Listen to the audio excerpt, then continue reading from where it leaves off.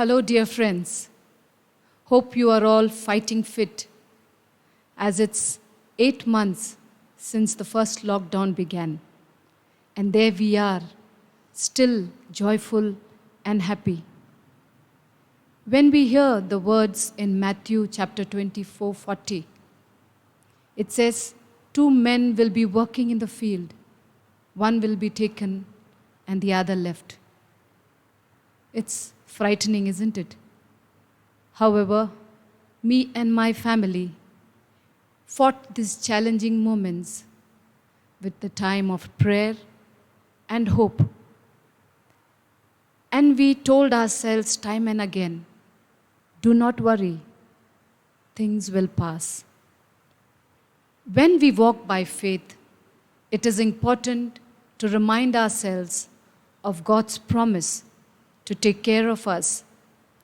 His words builds our faith and keeps giving us the assurance of His love and care for us at every moment.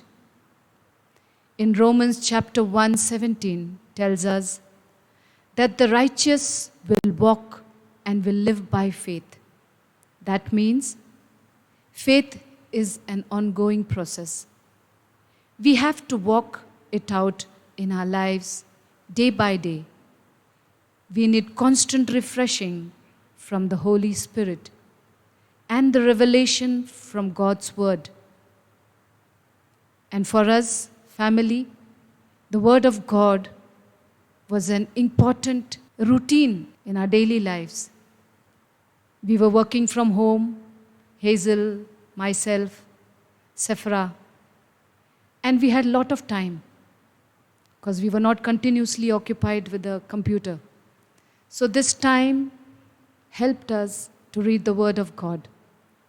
Because time and again, God assures us the Word of God will set you free. It will take away your fears and your anxieties.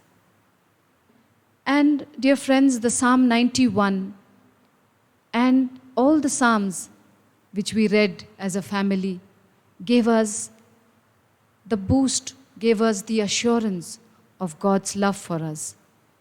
And one very beautiful psalm which we read, it says, whoever goes to the Lord for safety, whoever remains under the protection of the Almighty will be saved. So we kept close to the Word of God. And the Word of God helped us to be what we are today. At times, fear can be healthy.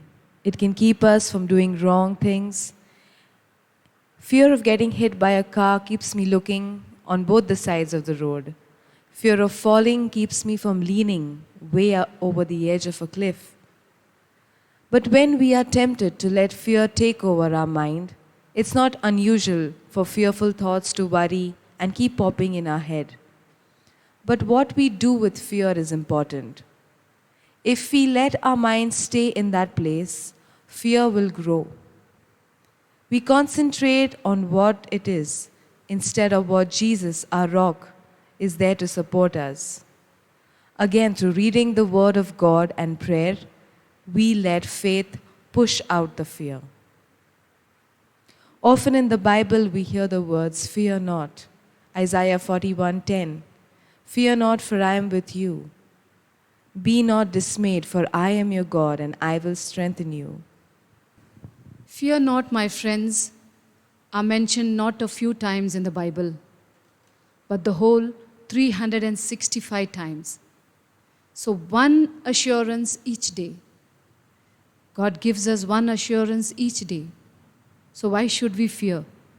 So we let all our fears into the hands of the Lord, which helped us see through these challenging times.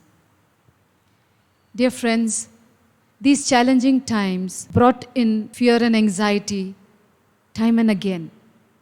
It crept in when we saw things around us not so good. We had many difficult situations during these 8 months. However, with faith, with hope, and trust in the Lord, we saw these through. Sufferings are part and parcel of life. However, we kept the cross at the center of our lives. We can never escape suffering, not in this life. We have to learn to accept it patiently and gracefully by learning that there is power in the cross.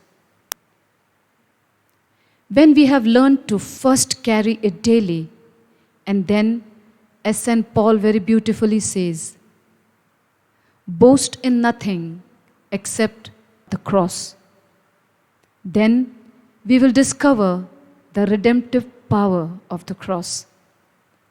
We, as families, must hold on to the truth that every cross is followed by a resurrection.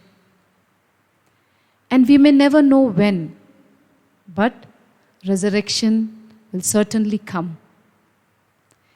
It is important to always count on the giver, then the gift.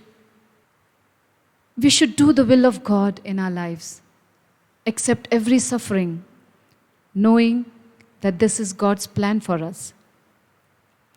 We need to pray and say, Lord, may your will be done and not mine, as Jesus prayed in the Garden of Gethsemane.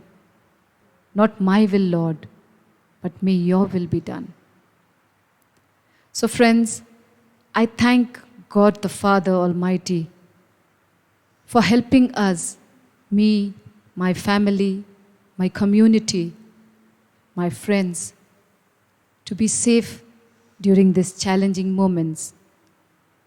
And we could see these through, as I said earlier, with prayer, hope, and do not worry. Leave everything in the hands of the Lord, and He will sail us through. We as a family want to dedicate this song to show how Jesus was our strength during these difficult moments, because we clung on to Him every moment.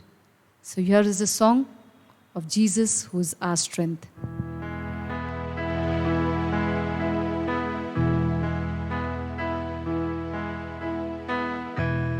You are my strength when I am weak.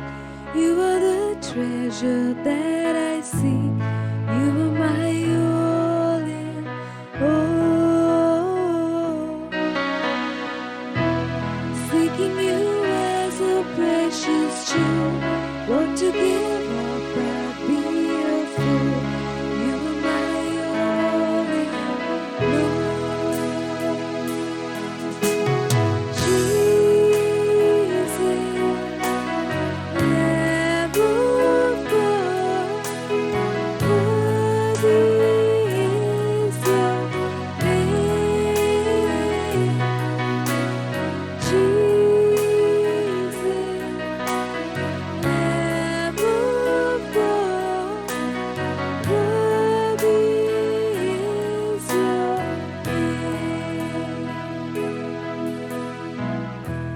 Taking my sin, my cross, my shame, rising again, I bless your name.